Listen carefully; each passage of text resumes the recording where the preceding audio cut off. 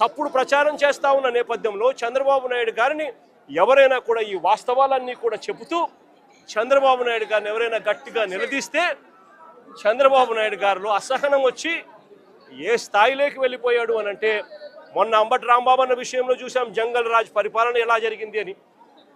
దానికన్నా ముందు విడుదల రజనీ గారిని ఏ రకంగా అటాక్ చేసినారో చూసినాం. దానికన్నా అదే రోజు బోళ్ళ బ్రహ్మనాయుడు అన్నను ఏ రకంగా అటాక్ చేసినారో చూసినాం. కొద్దిగా అటు ఇటుగా కాకాని గోవర్ధన్ అన్నను ఏ రకంగా అటాక్ చేసినారో చూసినాం. వీళ్ళందరినీ అటాక్ చేయడమే కాకుండా జోగి రమేష్ ఇంటికి ఏకంగా జోగి రమేష్ చేసిన తప్పల్లా ఏమీ లేదు.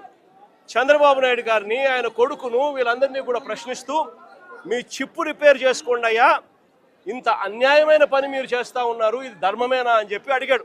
అంతకన్నా ఇంకా ఏమి చేసి అడిగింది కూడా లేదు.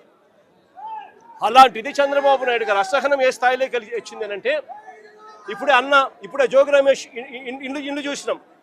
ఏకంగా యాసిడ్ బాటిల్స్తో, పెట్రోల్ బాంబులతో, యాసిడ్ బాటిల్స్ కూడా, ఇన్ఫాక్ట్ బంగ ఉబ్బింది. గోడ చూస్తే యాసిడ్ మరకలతో గోడ అంతా ఇదైంది. యాసిడ్ మరకలతో, పెట్రోల్ బాంబులతో ఏకంగా ఇల్లంతా కూడా డోరు కూడా కాలిపోయి మొత్తం అంతా కూడా చిన్నభిన్నమైపోయిన పరిస్థితి. అక్కడే ఎలక్ట్రికల్ ఫ్యాన్ రెగ్యులేటర్ స్విచ్చెస్ అన్నీ కూడా ఉన్నాయి. ఆ లైట్లు అంటుకొని ఉండింటే, ఆ డోర్లు కాలి ఉండింటే ఇంట్లో కూడా వుడెన్ ఫర్నిచరు, మొత్తం కర్టన్స్ అన్నీ ఉన్నాయి. ఇంట్లో రమేష్ వాళ్ళ నాన్న 80 సంవత్సరాల వయసు. ఇంట్లో రమేష్ వాళ్ళ నాన్న ఒక్కడే ఉన్నాడు. లేయలేని పరిస్థితి, నడవలేని పరిస్థితిలో ఉన్న వ్యక్తి ఇంట్లో ఉన్నాడు. ఇది హత్యాయత్నం కాదా అని అడుగుతా ఉన్నా నేను.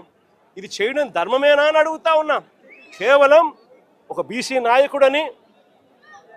నాయకుడిగా ఎదుగుతా ఉన్నాడు అని, బీసీ నాయకుడిగా వాయిస్ ఉంది అని, ఆ బీసీ నాయకుని వాయిస్ను అనగదొక్కాలి అని చెప్పి దుర్మార్గపు ఆలోచనలు చేయడం ఎంత మటుకు ధర్మం అని అడుగుతా ఉన్నా.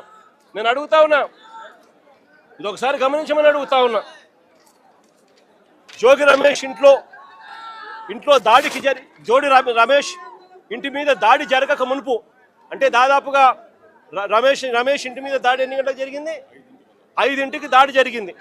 5ంటికి దాడి జరిగితే ఆ దాడికి సంబంధించి పోలీసులు, చంద్రబాబు నాయుడు గారు, తెలుగుదేశం పార్టీ వ్యక్తులు ఏ రకంగా కాన్స్పిరసీ రచించినారు అనే దానికి ఇదిగో చూడండి. ఇది 2 గంటల ప్రాంతంలో తీసిన ఫోటో. అంటే ఇదే సర్కిల్లోనే ఇక్కడ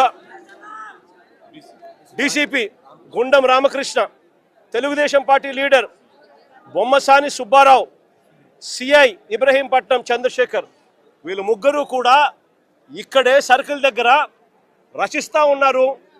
ఏ రకంగా హత్య చేయాలి, ఏ రకంగా ఇండ్లను కాల్చేయాలి, ఏ రకంగా వాళ్ళ ప్రాపర్టీలు ధ్వంసం చేయాలి, హత్యా ప్రయత్నం ఎలా చేయాలి, పోలీసులు ఎలా సహకరించాలి అని చెప్పి ఏకంగా పోలీసులే తెలుగుదేశం పార్టీ కార్యకర్తలతో, నాయకులతో ఈ మాదిరిగా కలిసి 1 గంటకు 2 గంటలకు ఆ ప్రాంతంలో జరిగిన ఘటన ఇది తీస్తూ ఉన్నారు.